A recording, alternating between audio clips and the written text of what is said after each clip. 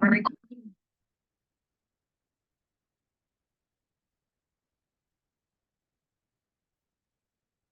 right, so today we'll get back to our discussion about forward and futures contracts. So remember, this is our first introduction to what are called derivative securities. And I mentioned last time that derivatives are a special class of financial securities that where what the point of them is that they give you the right or the ability to make a transaction in the future at a price that's determined today. So derivative securities provide right or obligation to buy or sell an asset, depending on what it is, what kind of asset it is, what kind of derivative it is, rather, to buy or sell an asset in the future at a predetermined price.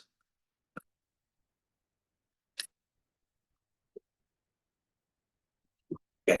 Now, the reason why they're called derivative securities is because their value depends on, or you could say is derived from,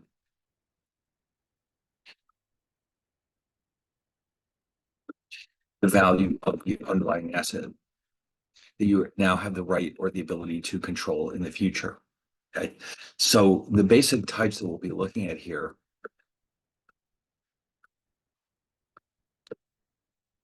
and there's more than just the ones I'm showing you, but these are the most important ones, I would say. Forward contracts, futures contracts, and options. There's a few others too, which we may get to later on, but these are the ones we want to make sure that we cover. And so the purpose of these derivative securities is to hedge risk. Okay, that's really what they're intended for. Of course, the word hedge means reduce or eliminate risk. So in other words, if you're doing business, let's say in a foreign country, and you are constantly being exposed to foreign exchange risk, there's a derivative out there somewhere that will help you manage this risk. Or if you're buying gold or whatever it is, one of these derivatives will be there and will be available to you to either reduce uncertainty of the future price of an asset or maybe the delivery of a future asset. But the whole point of these is that they allow us to eliminate or at least reduce the amount of risk that we're exposed to. Now, having said that, derivatives can be used for speculative purposes, which means gambling, of course, where you're doing exactly the opposite. This means taking on risk with the hope of earning profits as a result. And we'll see some examples of each as we go along. So you can either reduce your risk or you can increase your risk. Now, if you do that, though, the great thing about derivatives is that they can magnify your returns, but also your losses quite considerably. So that's one of the things that makes them so attractive. If you're a real gambler, I mean, this is the way to go. I mean, derivatives are the gambler's dream. It may be possible to set up a position where, let's say, if the price of gold goes up 10%, your profit goes up by 100%. But if it goes down by 10%, your profit, of course, goes down by 100%. So it's possible to leverage your position in the underlying asset into a much riskier position where you'll really make a lot of money if you're right, and really get clobbered if you're wrong. So in this section, we're specifically looking at forward and futures contracts. We usually discuss them together because they're very similar to each other. Forward contracts and futures contracts are structured in the same way, but there are several important institutional differences between them. And that would help you determine which one would make the most sense, whether you're hedging or speculating. Usually one of them would be more convenient than the other. Okay, so there's several key differences between the two. All right. So we started to look at last time forward contracts, and basically it's an agreement between two counterparties, as they're called, in which one is going to buy an asset in the future and one will sell. The prices agreed to today. Okay, so let's say quickly, For example, a corporation can enter into a gold forward position or contract, or actually what I should do is call it a forward contract on gold, in which the corporation agrees to buy 100 ounces at 3,500 per ounce, let's say on September 1st. The counterparty to the contract is probably an investment bank or a commercial bank, possibly, let's just say a financial institution that will agree to deliver the gold on September 1st for the same price, of course. So we agree, we sign a contract, which the corporation agreed to buy the gold for $3,500 an ounce on September 1st, and the other side of the contract agrees to sell it to me for $3,500 an ounce on September 1st. So why is the corporation doing this? The corporation may be in a position where it is going to buy gold in the spot market, it's called,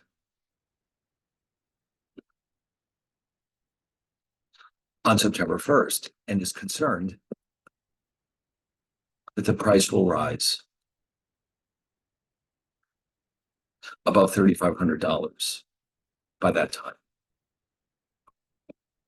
So the great thing about this contract is that it means that no matter how high the price of gold actually goes, they're going to pay $3,500 an ounce. End of story. The only drawback is that if the price goes down, they can't save any money because they're committed to paying the $3,500 an ounce. Okay, so you're locking yourself into this position. On the other hand, the corporation may decide, hey, we know the gold market very well. We're really sure that gold will go up. So the corporation may also speculate on the future price of gold by entering into the same position. And if the price rises, the corporation will make money. Otherwise, of course, they'll lose money. So in other words, it may be that they don't really want the gold at all. They just want to speculate on the future price of gold. So the price goes up, they'll make money this way. Otherwise, they'll lose money. Okay. So the buyer in a forward position like this is said to have a long forward position.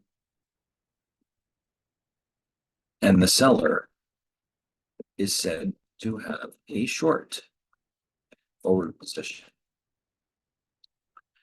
Now, if you are in a position to sell gold, suppose there is another corporation that will need to sell gold on September 1st and is worried that the price will fall by that time. The corporation can hedge this risk by entering into a short forward position by agreeing, let's say, to sell for $3,500 an ounce.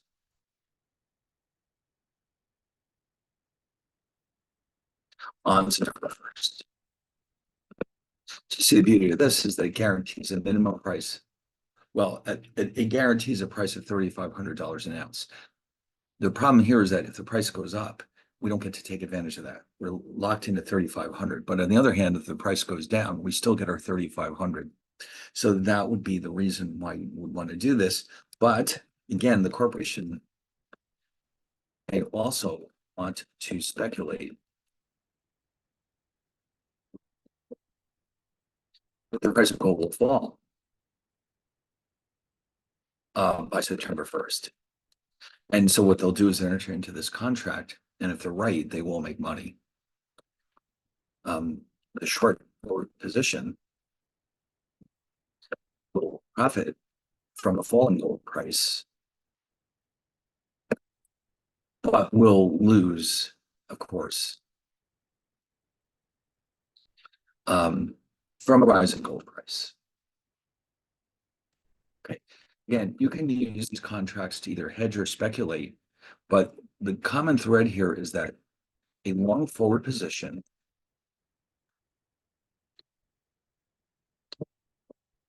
is used to do one of two things. Um, Lock in the price at which gold can be purchased, or speculate on the price of gold rise. Of course, you can imagine the short position does the opposite. The short forward position is used to lock in the price at which gold can be sold, but it can also speculate on the price of gold falling. So it's an awfully convenient arrangement, especially because there really aren't any costs involved. There might be some fees involved, I guess, but you're not actually buying or selling this contract. You're not paying for the right to do this. You're just agreeing with somebody else. Yeah, let's do this. Let's get together and I'll buy and you sell, or vice versa. So now one of the good things about this is that the forward contract can be customized in any way to the needs of the counterparties. In other words, the buyer or the seller, it doesn't matter, can choose any asset they want. They can choose any date they want, and they can choose any quantity of the asset to be delivered. So the counterparties can agree the asset to be delivered, date on which the delivery will take place, and the quantity of the asset to be delivered. Now, the price is a separate issue. This is not something that we actually agree to, right? I'll show you in a bit where the price comes from. That's not something that we just shake hands and say the price is this. I mean, normally that's not how it's done. There's a very specific mathematical relationship that holds between the price in the market now and the forward price, or the price at which this asset will be delivered. So as far as terminology goes, um, the current or market price of an asset is known as the spot price. And the price for future delivery through a forward contract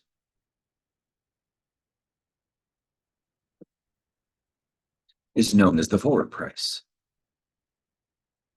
with a specified maturity date. In other words, there can be many different forward prices. There could be a 3-month forward price, there could be a 6-month forward price, depending on when we take delivery of the asset.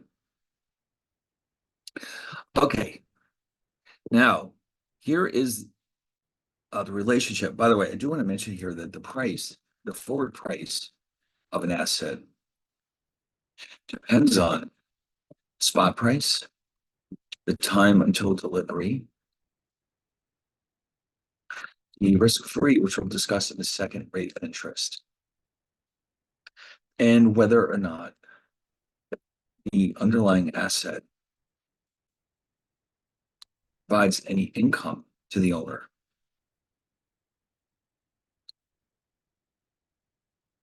Okay, in other words, if you have an asset where you're earning cash flows of some kind, it makes a big difference compared to another asset where you're not receiving any kind of income.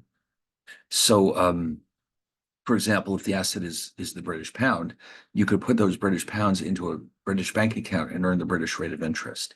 But if it's gold or silver or whatever, other precious metals, you're not going to get any income by holding it. So that will affect the forward price, depending on which asset you've chosen. Now, this is the actual formula for an asset that does not provide any income to the owner. The relationship between the spot price and the forward price is, and this is it right here, as you can see.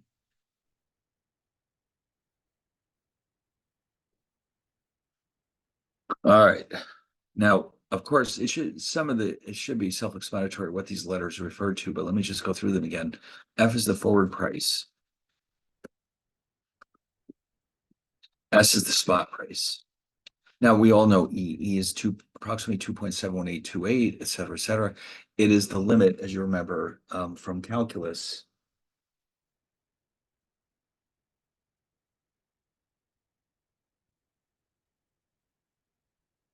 Okay, that's one of the ways we can define it. And so it's approximately 2.71828. You see it all the time. In a course like this, derivatives modeling often is based on what we call continuously compounded interest rates. So let me just briefly mention that. R is the risk-free rate of interest, which means that it's the yield on a treasury bill or treasury security, whatever it happens to be, with maturity T. And T itself is the number of years in the future. So normally that would be less than a year. So it's going to be a fraction of a year. So 6 months would be like 0.5, let's say. So risk-free is the yield on treasury security with maturity T. And there's a very good reason why we're using the risk-free rate. And you'll see in a second what this is all about. But in derivatives modeling, we always use the risk-free rate of interest. There's no risk premium, let's say, because the results can be proven to hold with certainty, which means there's no risk involved.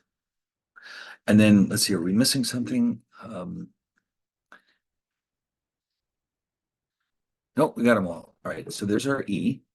And E to the RT is used. If I multiply that by some amount of money, or you could just think of this as the future value of a dollar received at time T when interest rates are compounded continuously, it's called. Now, what does that mean? Well, all right, here's how it works with compounding. Interest rates can be compounded using many different conventions. For example, if a bank pays a 4% rate of interest with annual compounding, an investment of $1,000 will be worth. And so in 1 year, oh, I forgot to mention that. An investment of $1,000 for 1 year will be worth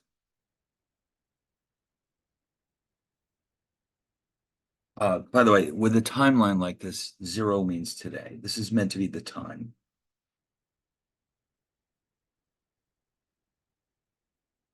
This would be a year in the future.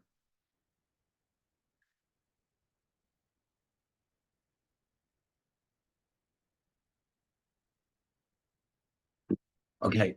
And it would be a simple matter of taking your original $1,000 and multiplying it by 1 plus the rate of interest. And so you end up at the end of the year with 1,040. Now, if the bank is compounding semi-annually, that means they're paying you half the interest but twice a year.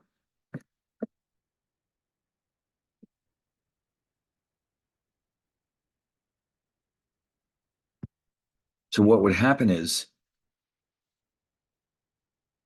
after 6 months, we'd have 1,000 times, not 1.04, but 1.02. And then at the end of the year, we're multiplying not 1,000, but 1,020 times 1.02. So you're going to have more than 1,040. Hold on, let me get out my calculator here.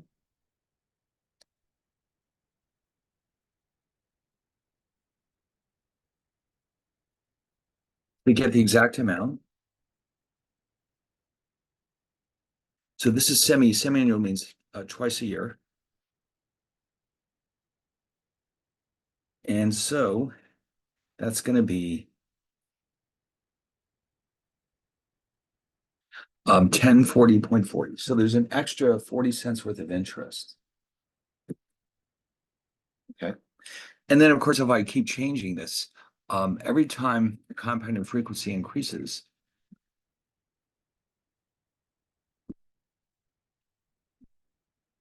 the future value of the sum, as it's called, continues to grow. Now, of course, we don't want to draw a timeline every time we change the compounding frequency. So we're going to show you an example or a formula you can use to do this directly. It's a fairly common textbook formula. Actually, we don't need the one here. So what's happening here is that n, the only thing that's new here, well, there's two things new. A is the future value of the sum.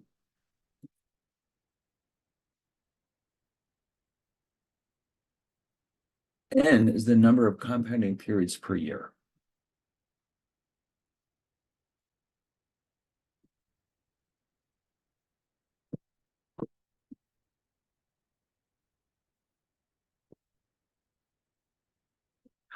All right, so what we could do is take that last example and see what happens with quarterly compounding without having to draw the whole thing out. With quarterly compounding, which of course means 4 times a year, you're paying 1% 4 times a year.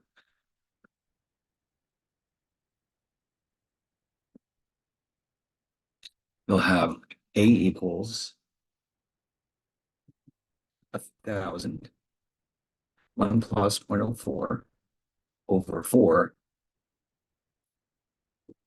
And whatever this number is, it'll be slightly higher than the previous example. The question is how much higher? And it turns out to be 1,040 point, let's say 604. Okay. So every time I increase the compounding frequency,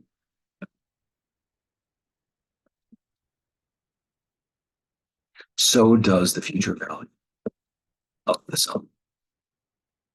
Okay. Because the interest builds on itself more rapidly. That's really the bottom line.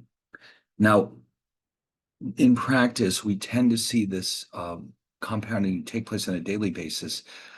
Banks in particular, like if you go to a commercial bank or a savings bank and put your money in a savings account, with almost without fail, it's going to be daily compounding. Or if you look at your credit card statement, you'll see that that's exactly what they're doing. And you know, when you first get your card and you get this enormous thick packet of legal documents, somewhere in there they have to mention all this. Now, imagine that we keep increasing the compounding frequency. And so what's going to happen here is this.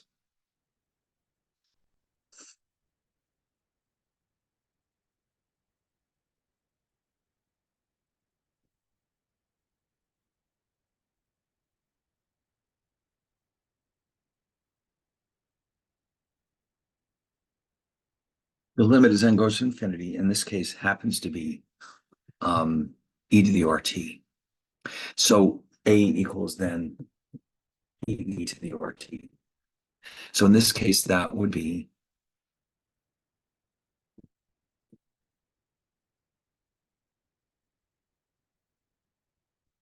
and so e to the 4.04 power is about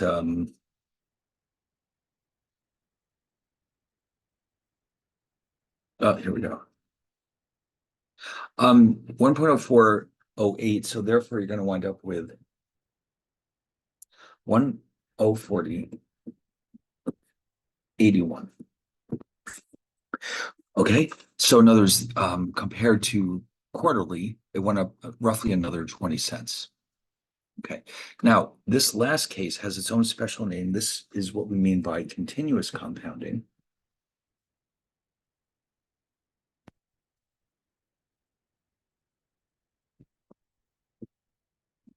And the other examples when n is finite,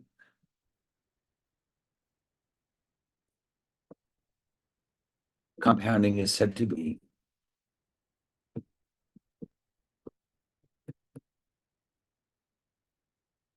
discrete. All right. So you may have had the chance to take a course called either discrete math or finite math. It just means that you're dealing with finite sets instead of infinite sets like you do in calculus. It's really more for computer science applications. So when you have that limiting case and it goes to infinity, this is what we mean by continuous compounding.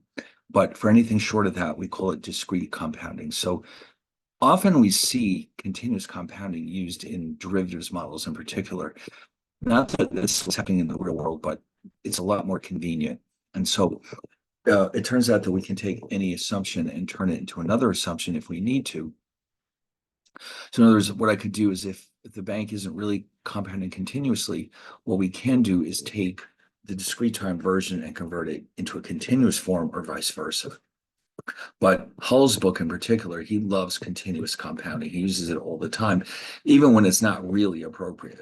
He has a tendency to get carried away. But well, you'll see what I mean as we go along. He just loves it, but there's some very, very nice, helpful properties of continuously compounded rates that you just don't get with discrete compounding. That's the reason for that. So now, by the way, this is the future value, which means I start with a certain amount of money now and it will be worth X dollars in the future. Usually our motivation here will not to be calculating future values, but what's called the present value, where we just take this whole thing and work it backwards. So if I add this negative exponent here, suddenly this becomes the present value of $1. Okay, so let me show you a quick example of this. Suppose that a bank pays 4% with continuous compounding. An investor wants to deposit a sum of money today that will be sufficient to ensure that he has $1,000 in the bank, let's say in 2 years. How much must he deposit today? And this is just another way of saying, what is the present value of $1,000 received in 2 years when the rate is 4% compounded continuously?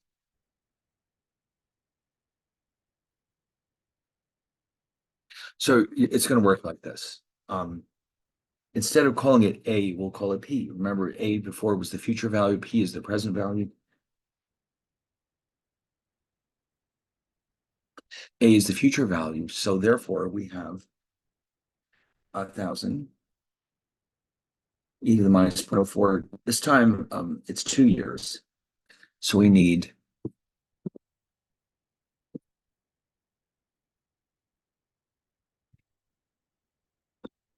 all right, and so let's see what that turns out to be.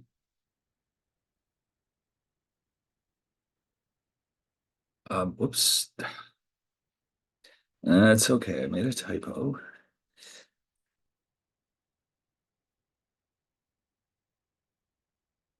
So, oh wait, whoops. No, yes, that's right. 923 11 as 12, let's say.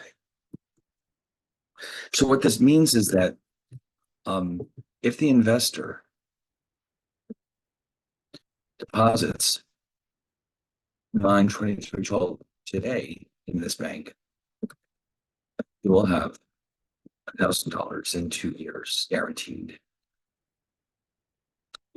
And so this sum that I've just created here, this is the present value of $1,000.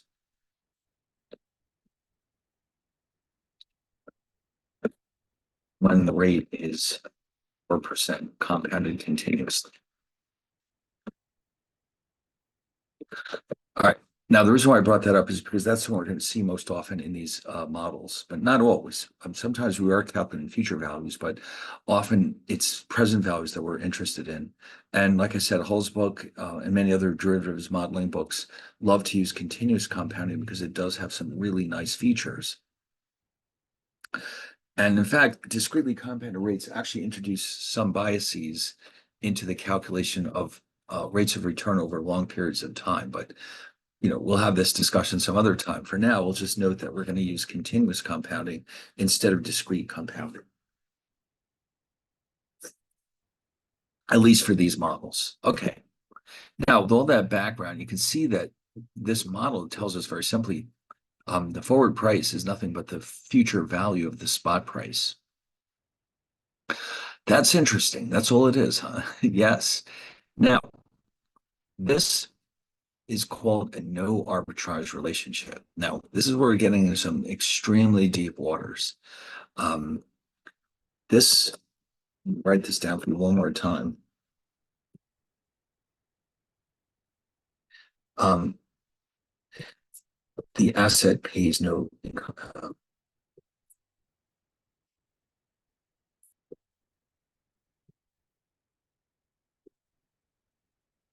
This is referred to as a no arbitrage relationship.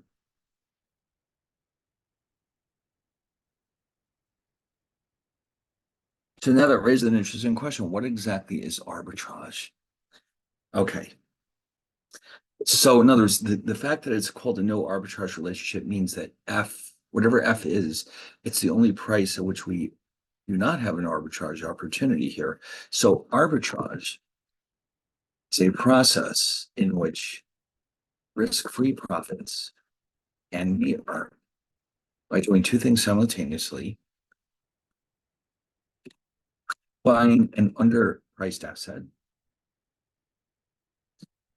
selling an overpriced asset. And not only that, but what's even more interesting about this is that we're usually using borrowed money to do this. So we end up putting money in our pocket without taking any risks. That's what arbitrage means. Okay. Now I'd like to start you with a very, very simple example of this, just so you get a feel for what arbitrage really means. And then we'll move on to this one. Suppose that the exchange rate between the dollar and the pound is, let's say, $1.30 per pound. That's about right. Gold currently sells for, let's say, $3,500 in New York. Say there's a gold dealer in New York who will sell it to you for $3,500. And let's say that would, you can also turn around and buy it in London for 2,500 pounds.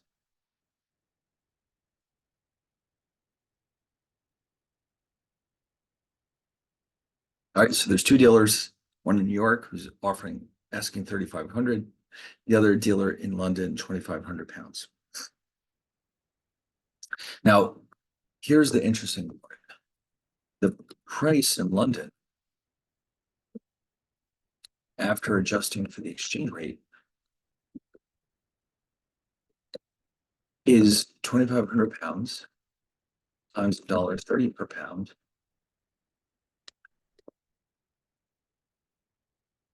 And that works out to be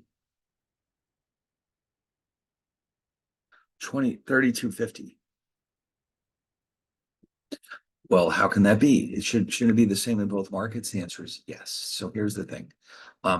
Gold is relatively underpriced in London and relatively overpriced in New York. So a trader will do the following: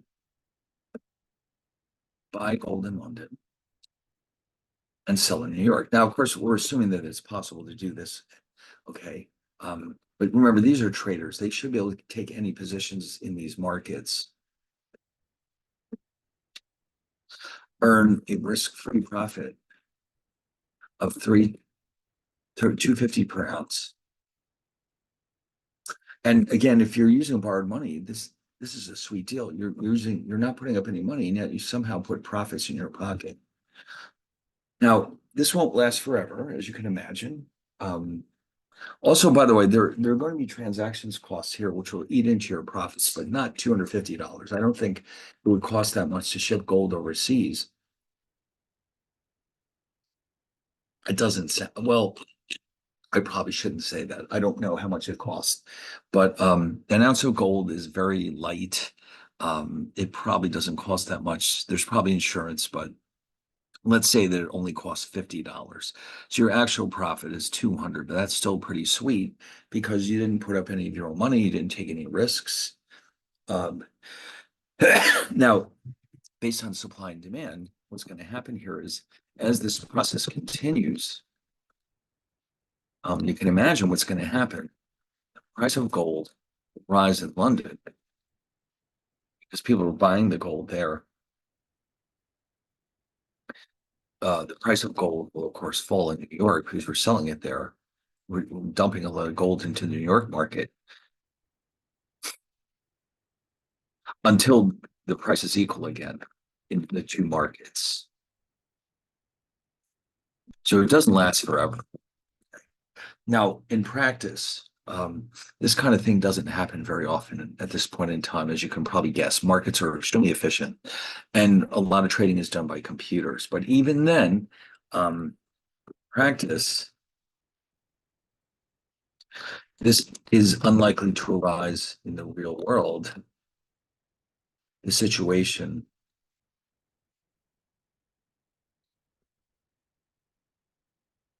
if it does, it won't last for very long. But here's what actually happens.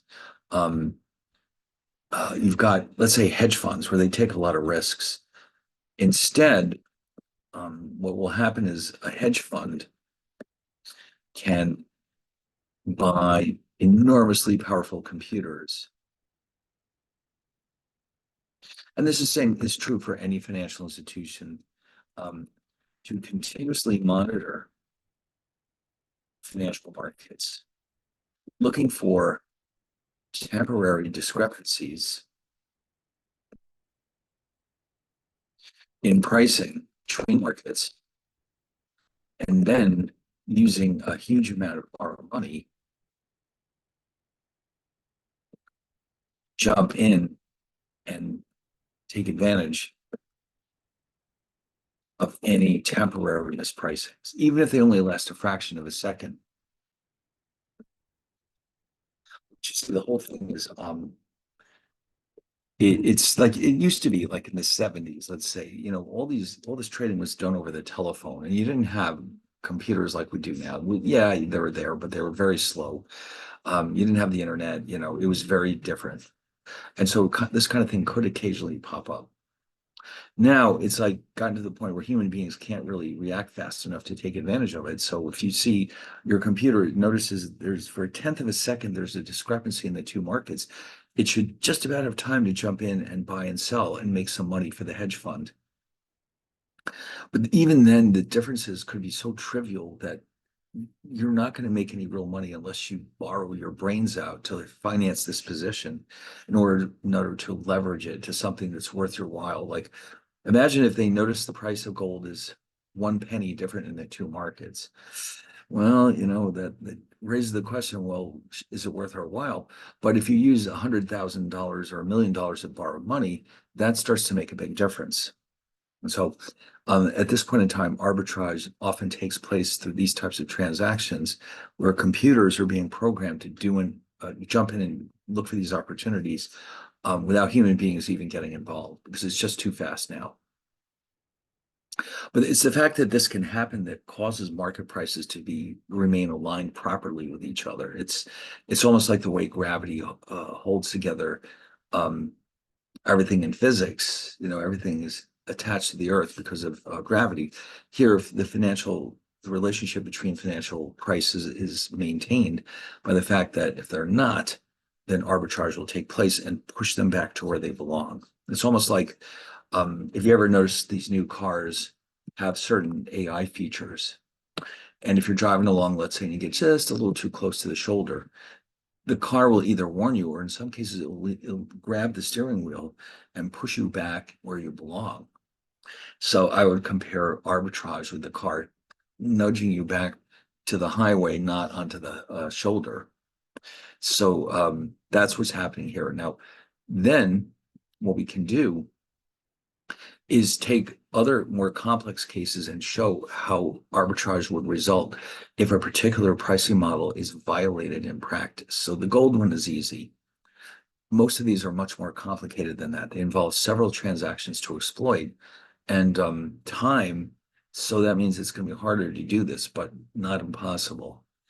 So with this one here, for example, um, we want to know, well, if this relationship fails to hold, how would we make money from that? Okay.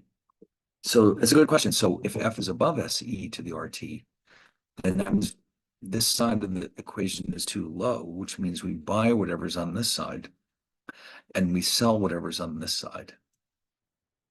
The question is, how do we do that? So here we could borrow S dollars and by the way, we're going to make some heroic assumptions here. We're going to assume that it's possible to both buy and sell at these market prices. We're also going to assume that we can borrow and lend at the risk-free rate of interest. It's if you're a very high-rated institution, you're a trader for a very well-rated investment bank, you're getting in close, but it's never going to be exactly the same. So we'll take this with a little grain of salt, but F greater than SERT means we're going to borrow S, which means, by the way, we're paying in the future, this is how much we'll repay, SE to the RT, because this is the future value. We buy the asset, we take a short forward position, which means we agree to sell it at time T. So in other words, you're borrowing S dollars, we buy the asset with the understanding that at time T, we will need to repay in our loan SE to the RT. But at the same time, though, we're agreeing to sell this for F. Now, F, remember, is the artificially overvalued forward price. So we're given an opportunity to sell this S for a price that's too high to be consistent with this formula. So once T arrives, we deliver the asset through the contract as we agreed. We collect F dollars. Then we have to pay back the loan plus interest, which is SE to the RT. But we already agreed that F is greater than SE to the RT. And therefore, by assumption, this number is our profit will be, which by assumption is positive. So again, we're being allowed to buy something that's a little too cheap, sell something that's a little too expensive. We put the difference in our pockets with no risk to ourselves because we'll have no net position in the future. All right, and that's what we mean by an arbitrage profit. This should never happen in an efficient market, by the way. Okay, but everyone's keeping their eyes on this. So just in case there is an opportunity, they're going to grab it. If it's the other way around, F is too low, we're going to short sell the spot asset. Now, short selling is a tricky thing that we can do. This is something you can, even in this day and age, you can do this with stocks. It is possible to short sell a stock. Now, of course, this requires you to have an incredibly good relationship with your broker. You have to have wonderful credit. You have to put a collateral. There's transactions involved, costs involved. But what this involves is this. An investor does the following: borrows shares of stock from a broker, promises to return them at some point in the future, probably within a week or so.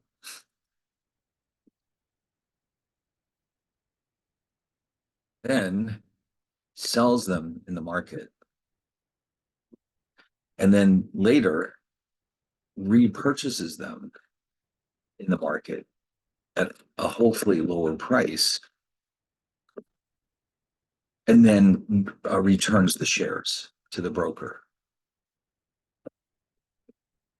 So it's not impossible to do this, but it's very awkward. A lot of expenses, a lot, let's just say it's not the most straightforward thing in the world, but if it can be done, then that means that we can go ahead. And by the way, until derivatives came along, this is really the only way you could bet on a stock price going down. Now derivatives make it easy to bet on stock prices going down. This is kind of an awkward, but if we're assuming that this is possible, we're going to short sell. The right-hand side is too high. We're going to sell whatever's on this side.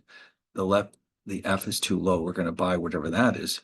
So we'll short sell the S, collect the S dollars, lend that out at the risk-free rate. Remember, we said before, we're assuming that it's possible for us to borrow and lend at the risk-free rate, enter into a forward position to buy the asset at price F.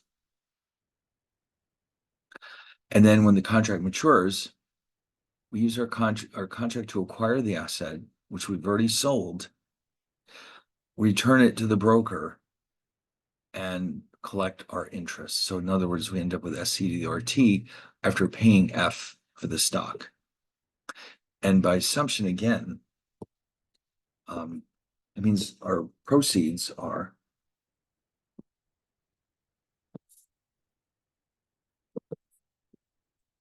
SC to the RT minus F, which by assumption is positive. Okay. So that means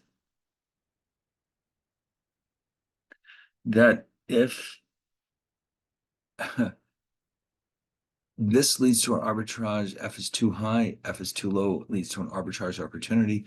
That means the only price at which there's no arbitrage opportunities is this one, F equals SC to the RT. If they're not equal to each other in either of the other two cases, there's arbitrage opportunities. And when they are exploited, they'll force this relationship to hold again, right? The prices will adjust until this relationship holds. So think of it, sometimes this is called the implied forward price. Again, it's taken from our knowledge of the spot price, risk-free rate, and time. That's all we need to know. Okay. Wow, now that's a lot to think about. But all derivative securities are based on this notion of no arbitrage relationships. They're all priced in the exact same way. Now, what about the case where the asset does provide some kind of a cash flow to the owner? Like I mentioned before, the British pound. Now, what we're going to do here to keep things simple is we're going to assume that no income from the asset, this is the relationship. If there is, we're going to make another heroic assumption here.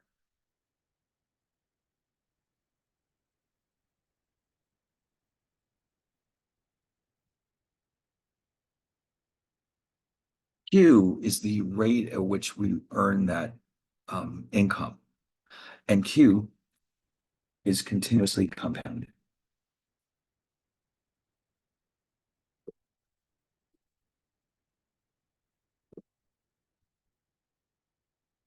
Okay, so that's how we adjust the formula when there is some kind of income paid to the owner, but it has to be continuously compounded, meaning that for all practical purposes, it's being paid out on a regular basis. It's not something you receive every so often, like the dividend on a stock, which is only every quarter. So this is the one you see the most often because many assets out there do provide some kind of income. So here's an example. By the way, once you enter into this contract, the price that you've agreed to buy or sell is often referred to as the delivery price because that's the number that's actually locked into place. Tomorrow, F could be different than it is today. it depends on what happens as a result of the passage of time or fluctuations in S or fluctuations in R. So um, delivery price is the forward price on the day that the contract was entered into. All right. So when you first enter into this contract, the forward price is the delivery price. But then after that, afterwards, the delivery price is fixed, but the forward price can fluctuate in the market.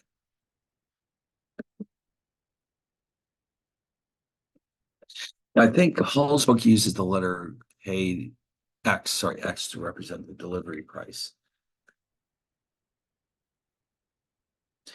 All right. So that being the case, if the price of the asset can fluctuate, the forward contract itself can have a positive or negative value. So on the day on which the contract is entered into,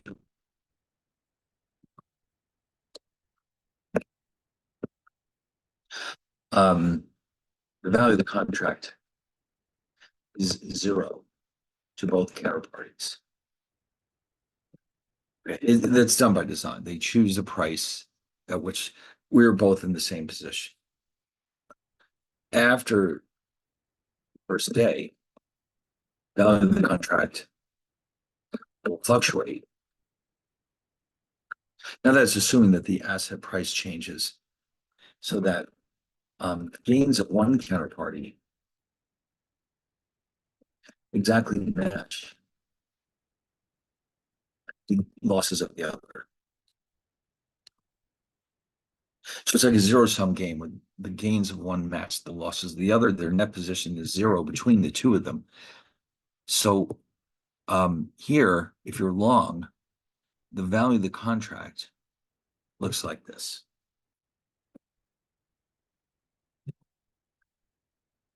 This is if you had the right ability to sell this contract to somebody else, which is not normally the case, but it's not unthinkable.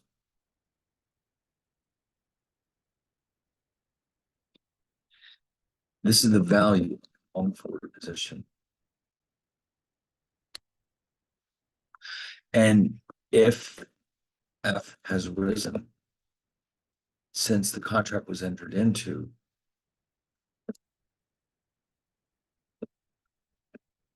then of course F will be positive. Otherwise, it'll be negative. Okay. For the short, it looks like this. Of course, it's reversed.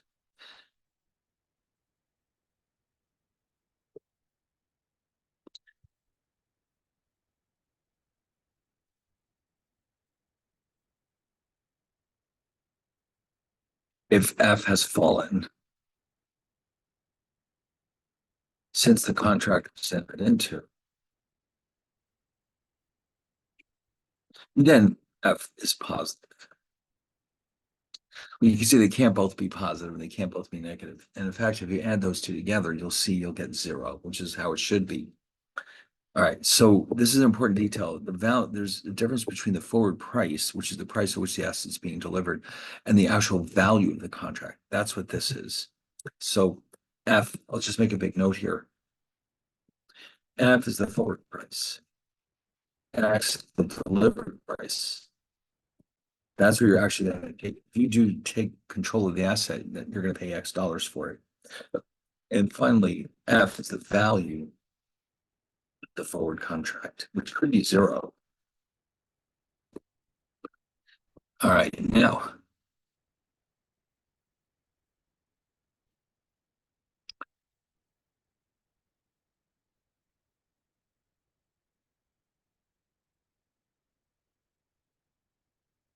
Oh, here they're just proving why this is happening. All right, anyway, let's start with an example here. We have a 6-month forward contract.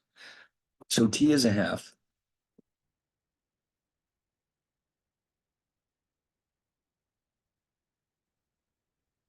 Six months, keep it simple. The delivery price is 11.20 per ounce. the contract was entered into. We both agreed that the delivery, the gold, wait a minute, what is this asset? Oh, it doesn't even say what the asset is. Whatever it is, let's say it's platinum then. Um, oh, and it's, yeah, per ounce. That's the delivery price. No matter what happens, that's the delivery price. A month later, the forward price has risen to 11.30 per ounce.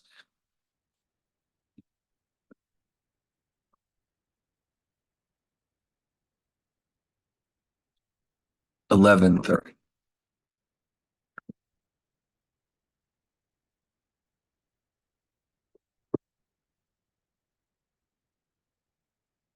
The risk-free rate is 5%.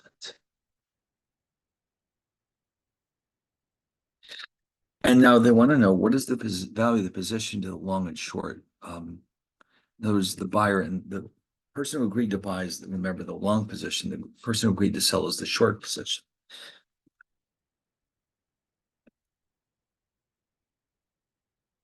Now they could both be zero, but since the price in the market is, wait a minute, I think I made a typo here. Yes. Since the forward price is different from the original delivery price, that means somebody made money and somebody lost money. So the question is, which is which? All right, so the long position looks like this. We'll put a little reminder here. This is the long position. So F equals 1130 minus 1120. E and the exponent is 0.05 times 0.5.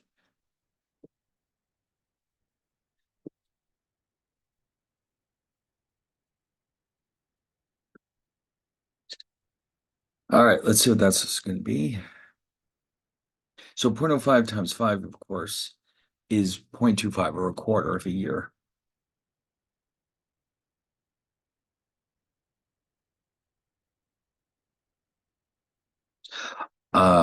Whoops.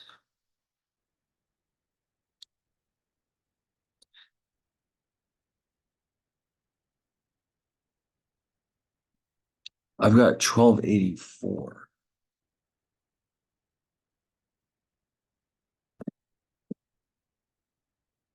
The short position is this one.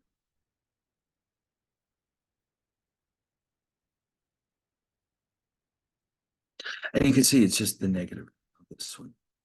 1120 minus 1130. And then we have e to the 0.05 times 5.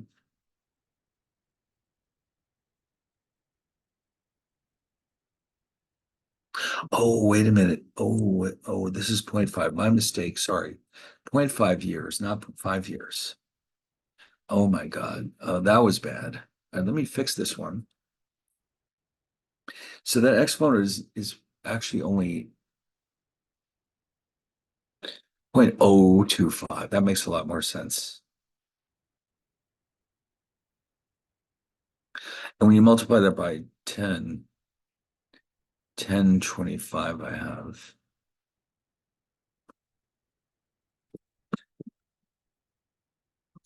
Does that look right? Oh, you know what we forgot about? A month has gone by. Uh, that's a tricky part of this. All right, instead of 0.5, it's a month later. You see right there, 1 month later. I didn't pick that up. So it's 5 months. So 1 month later, look how tricky that was. T is now not 6 out of 12, but 5 out of 12. All right, so this 0.5 will be replaced with whatever that is. So this is a little bit off. Um,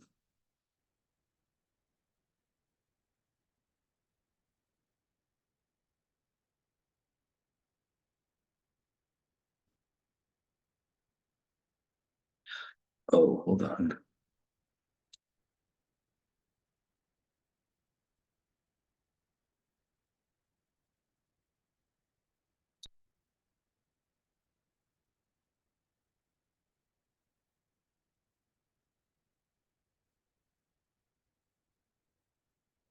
Oh, you know what else is? Oh my God, it was so small I couldn't even see it. This is this is negative. That's the other thing. Um, I literally couldn't see this negative sign. It was so tiny. And so I left it off of here, and that's not helping things. Let me put in that negative.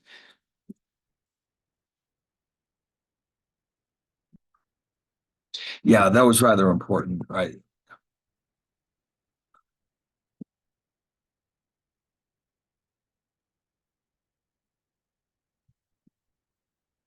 All right, now finally we can get this right. Negative 0.05.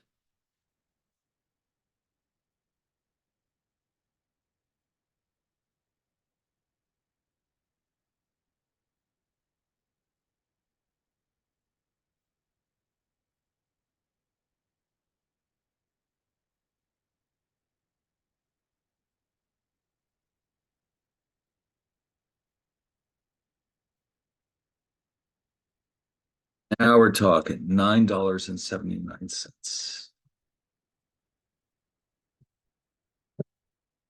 So the holder of the long position is now has made a profit of 9.79 because the gold or whatever this asset is went up $10. The short, you're only reversing the F and the X. This is different. The rest of it is the same.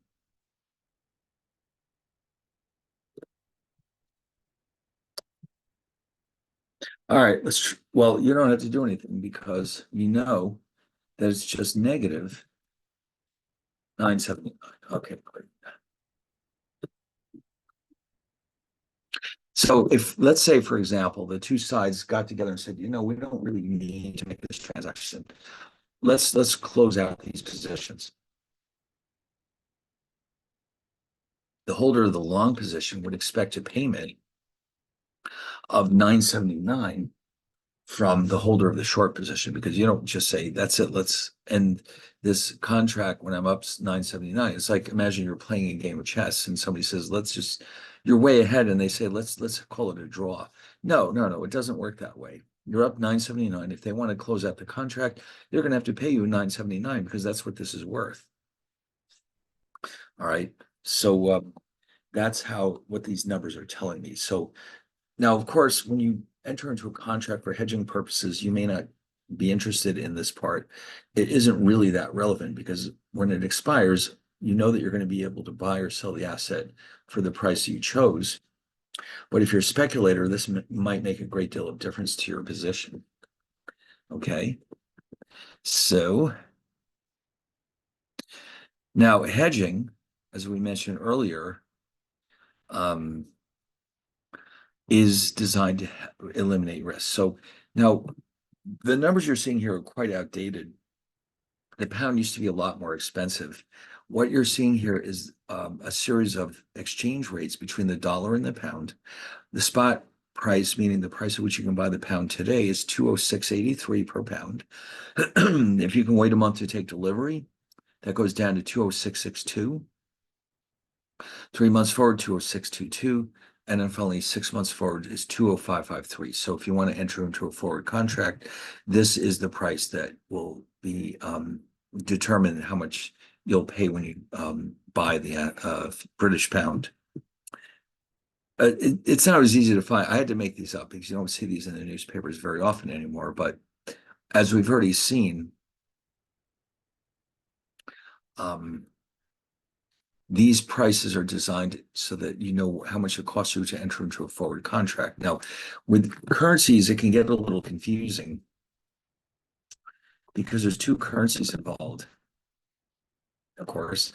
So just a quick review here. If the spot exchange rate is, oh my God, it does that every so often. So here we go. Let's say the exchange rate, we'll call it S. And then you look in the Wall Street Journal the next day and you see it's going up to $1.60 per pound. All right. So what that means then is that it now takes $4 to buy a pound. This means that the dollar is weaker and the pound is stronger. All right, because it takes more dollars to buy that same pound, that means the dollar must have weakened, the pound has strengthened. We say that the dollar has depreciated and the pound has appreciated. Now, if for some reason, if let's say a corporation wants to hedge the risk of a weaker dollar, meaning a higher price, then he or she can hedge this risk with a long forward position. Okay. Because then you are locking the price at which you can buy. And if it goes any higher than that, you can just use your contract to buy the asset, in this case, the British pound. Um, if the corporation wants to hedge the risk of a stronger dollar, which means it goes down, and he or she, oh, what am I saying? He or she? In this case, it would be it. The corporation is not either he or she. It can hedge this risk. Um, it can hedge this risk with a short forward position.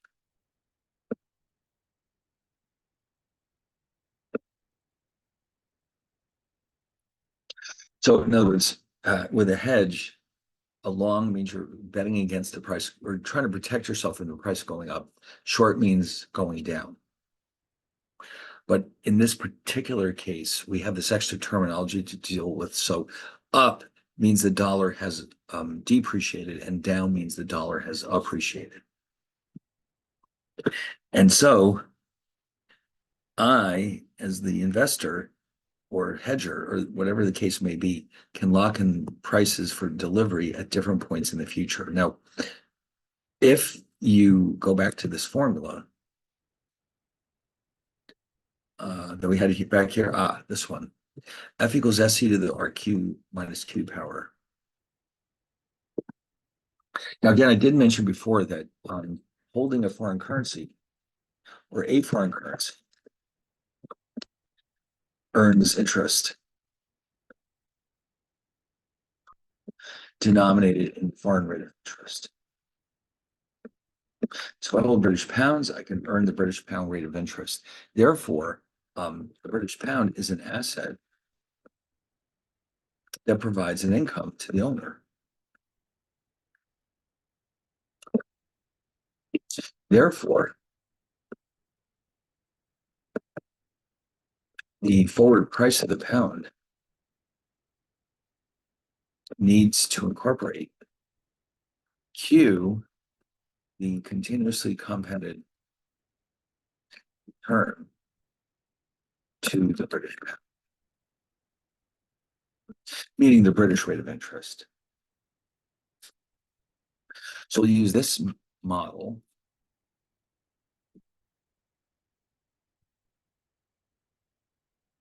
So the way we interpret that is that the R in this case, this is the spot exchange rate, dollars per pound.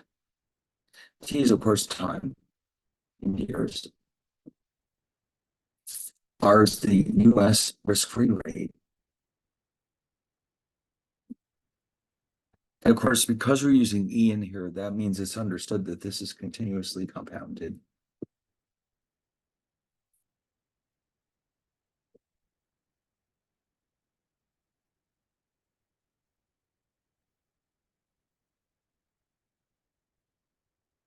Q is there for the UK or British risk-free equivalent. It's also understood to be continuously compounded.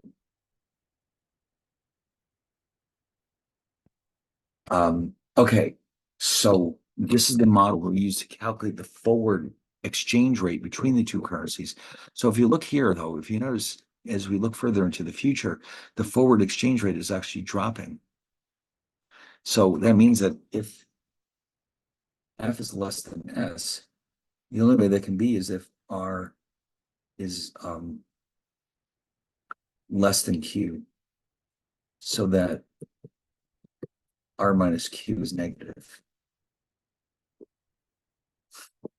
So in other words, when it goes down like that, that implies that the British rate of interest is higher than the US rate, and vice versa. That's all it means. All right, so now futures contracts are coming up next, and they are very similar, as I said, to forward contracts. There's a handful of institutional details that we need to know about. For example, I mean, we still have the long and short positions. Now, these contracts are not, well, let's take a step back. So futures contracts compared to forward contracts.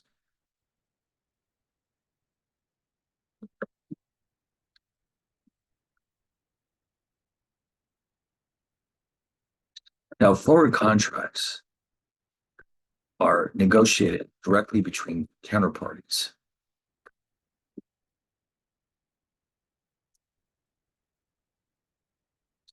In what we call the over-the-counter market, or sometimes the OTC market. So in other words, they're private agreements. These are not then going to be, it's not normally possible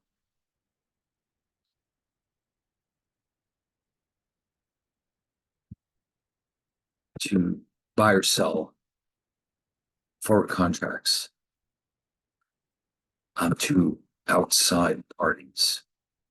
So once you enter into a forward contract, it's essentially a binding agreement. That's it. You can't say, well, I'm just going to sell this contract to somebody else. You can't do that. It's a private agreement. But not so with futures contracts. Futures contracts are only traded through organized exchanges, they're called. Now, you might be thinking the New York Stock Exchange. No, it has to be a specialized derivatives exchange, such as the Chicago Mercantile Exchange, the biggest derivatives exchange in the country. Now, by the way, if you're interested in learning more about this, CME as it's called, if you look at their website, which is CME Group, oh boy, do they have a lot of useful information here. Let me just put this in here.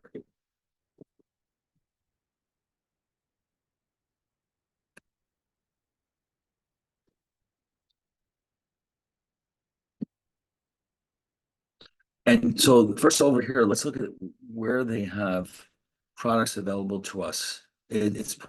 It's a long, long list of futures, and also we'll see later on options on all these different assets: agriculture, cryptocurrencies, energy, equity indexes like the S&P 500, foreign exchange, interest rates, metals, you name it, it's here somewhere. And even more excitingly, over here under the education tab, they have all these courses and lessons that you can take for free and learn a lot more about these products. And not only that, but you can take exams to prove that you passed these, and you can even get some kind of certification from the CME that you've taken all these classes and passed them. So if you're really interested in this material, this is on the table. You can just look at these classes. You can take them. They're free, by the way, just completely free. You just take the ones you want, pass them, and you have proof that you now know more about this stuff. And at some point, you'll get certificates for these courses that you've completed. It might look really good on your resume. Okay, so there's tons of them. And look how long this got. There's so many of these. Now, some of these are very specialized. You might not be that interested, but a lot of these are extremely important. So yeah, what are Bitcoin futures? You probably didn't know that, but Bitcoin can be purchased through futures contracts, which means that they're even more heavily leveraged than they already are. The price of a Bitcoin futures can rise even more dramatically than Bitcoin itself. but it can also fall more dramatically than Bitcoin itself. So we want to keep an eye on that. All right. So now what's good about this trading on the exchange, one advantage of trading on an exchange is that contracts, the performance of the contracts is guaranteed by the exchange and the story. Forward contracts expose the counterparties to credit risk, right? Because what else is going to happen? If you enter into a contract with an organization that goes out of business, you're not going to get the cash flows you were promised. Okay. So the futures contracts are free of credit risk. Now, here's another beauty of that. We have this thing called offset. Um,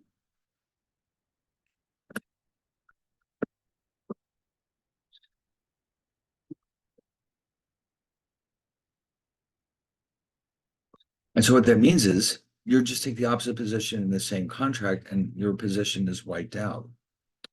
Okay. So for example, if a corporation enters into a long futures position on gold or December delivery, the position can be offset or unwound by taking a short futures position on gold for December delivery. It's as simple as that. So you still have the two contracts, but they're offsetting each other. So therefore your net position is zero.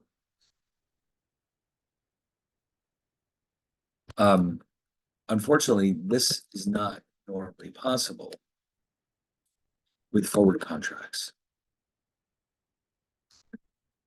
meaning that you're stuck with what you have. So it gives you this opportunity to get out. Now, because of this, studies have shown that while nearly all forward contracts ultimately result in delivery of the underlying asset,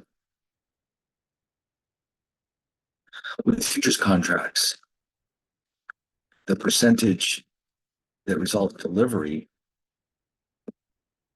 is as low as 2%. Whereas most people who use futures contracts, they're not really planning on taking or making delivery. They're just trying to hedge their risks without actually getting involved with buying and selling the asset. So in other words, they're more flexible in that way. Now, here's where it gets interesting. With a futures contract, the investor is required to put deposit funds into an account known as a margin account. And that's just to protect the exchange. Like if you're losing money and you can't pay it, they have to cover it. So they want to make sure that your losses are limited to this margin account. So the margin account is a form of collateral.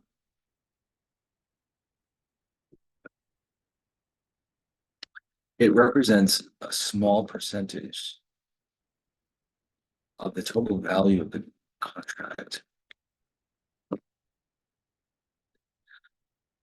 For example, let's say, suppose that a British pound futures contract is written on 62,500 pounds, which means you're controlling the exchange rate at the moment is about $1.30. If you were to go out and buy that many pounds, it would be about $81,250. The value of these pounds is approximately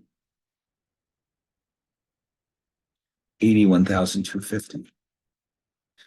The margin requirement could be, let's say, 3 or 4 thousand. It's some very small amount of money. So once the investor has deposited these funds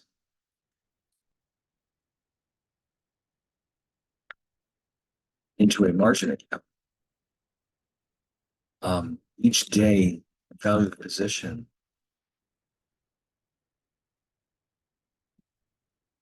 is recalculated. Um, if the investor made money,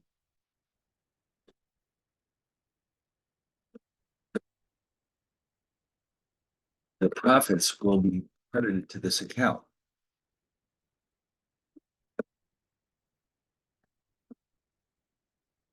And in fact, you can take out the difference. If there's some minimum amount you always have to keep in there, but if you're above that, you can just take it. Okay. On the other hand, if the investor lost money, the losses be subtracted from the margin. The balance in the margin account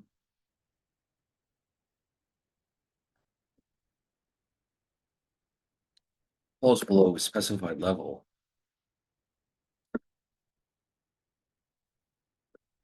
Maintenance margin. Then the investor will be required to put more funds into the account. They won't just let it go to zero or negative. Okay. So this is known as a margin call. And the additional funds are known as maintenance margin. I'm sorry, variation margin. Maintenance is how much you have to keep in there. Variation margin is how much you have to put back into the account.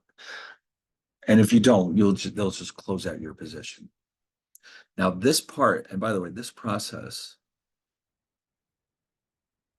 is known as marking to market.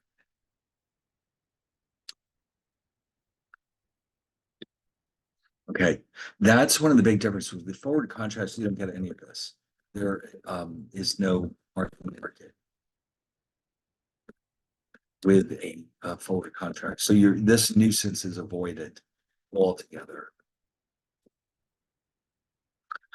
And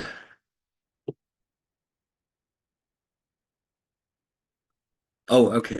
I guess those are the most important differences. Now, it turns out over time, if you're to draw a plot of the evolution of the spot and forward futures prices, not the forward prices, the futures prices. Oh, by the way, one more thing I want to mention here. The marking to market requirement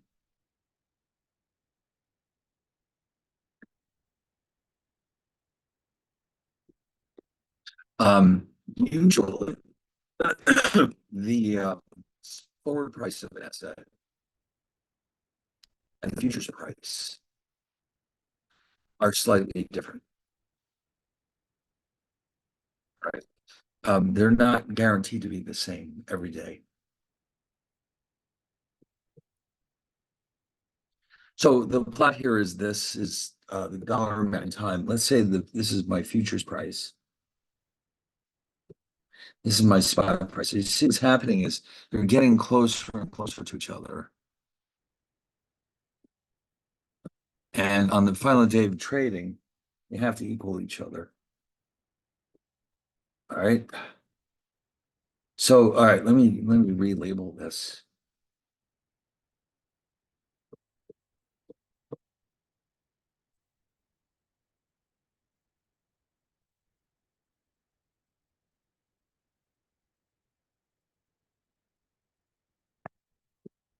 They can fluctuate around, but at the end they have to equal each other. And then if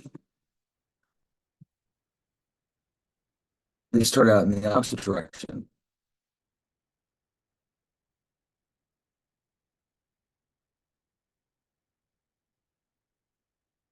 let's say this is S and this is F. Either way, they have to converge to each other on the maturity date. If not, well, guess what? That means there's going to be arbitrage opportunities. Like if F is above S on that final day, here's how you can make money. Take a short position in the futures contract, meaning you're offering to sell the asset at price F. Buy the asset in the spot market at S, and then use that asset to deliver through the futures contract. Collect the difference, which is F minus S, which is positive. If F is below S, well, then of course it's the other way around. What you're going to do now, and by the way, just be aware, as long as you remember, buy what's underpriced and sell what's over, you'll always make money. Okay. Now hedging, just like forward contracts, can be done. A long hedge means you're buying the asset, short means you're selling. So the long, you're basically protecting yourself from a rising price, or you're speculating on a rising price. Here's, for example, U.S. importer needs to buy 100,000 pounds in 6 months. The thing he worries about is a weaker dollar, because that means each pound that he's earning will not bring him as many dollars. So he doesn't want the exchange rate to go up. So he takes a long futures position, which means that the exchange rate does go up, which is what he's worried about. He'll at least make a profit from his futures contract that offsets his losses in the spot market. The short hedge is just the opposite. He's agreeing to sell because he either expects the price to drop and wants to make a speculative profit, or he would lose money if the price goes down, and he wants to collect some income from his futures contract to make up for those losses. All right, so here's the exporter who needs to sell 100,000 pounds in 6 months. He doesn't want the price to drop because he'll get fewer dollars for his pounds. So instead, he enters into a short futures position to lock in the price at which he can deliver them. All right, and then again, just a quick wrap up of the differences between forwards and futures. Forward contracts are negotiated between counterparties. Futures are traded on organized exchanges. Since a forward contract is negotiated with a counterparty, there's always a risk of default. Okay, that's not true with the futures contract where they're guaranteed. Futures contracts can be offset with an opposite position, which is not normally possible with the forward contract. And for no marking to market with forward contracts, but there is with futures. Okay. So anyway, that seems to be the end of this section. What comes after this is by far the most complicated of all the derivative securities, which is options. This is the one we're going to spend probably the rest of the course with because they're so complicated, and our focus will be more than anything else on understanding how they're priced in the marketplace. These are relatively simple contracts we've been looking at here, but as you'll see with options, the complexity comes in the fact that you're entering into a contract in effect, but you have the right to change your mind. So that's what really makes them so much more difficult to analyze, but also much more powerful and flexible. So we'll save that discussion until next time.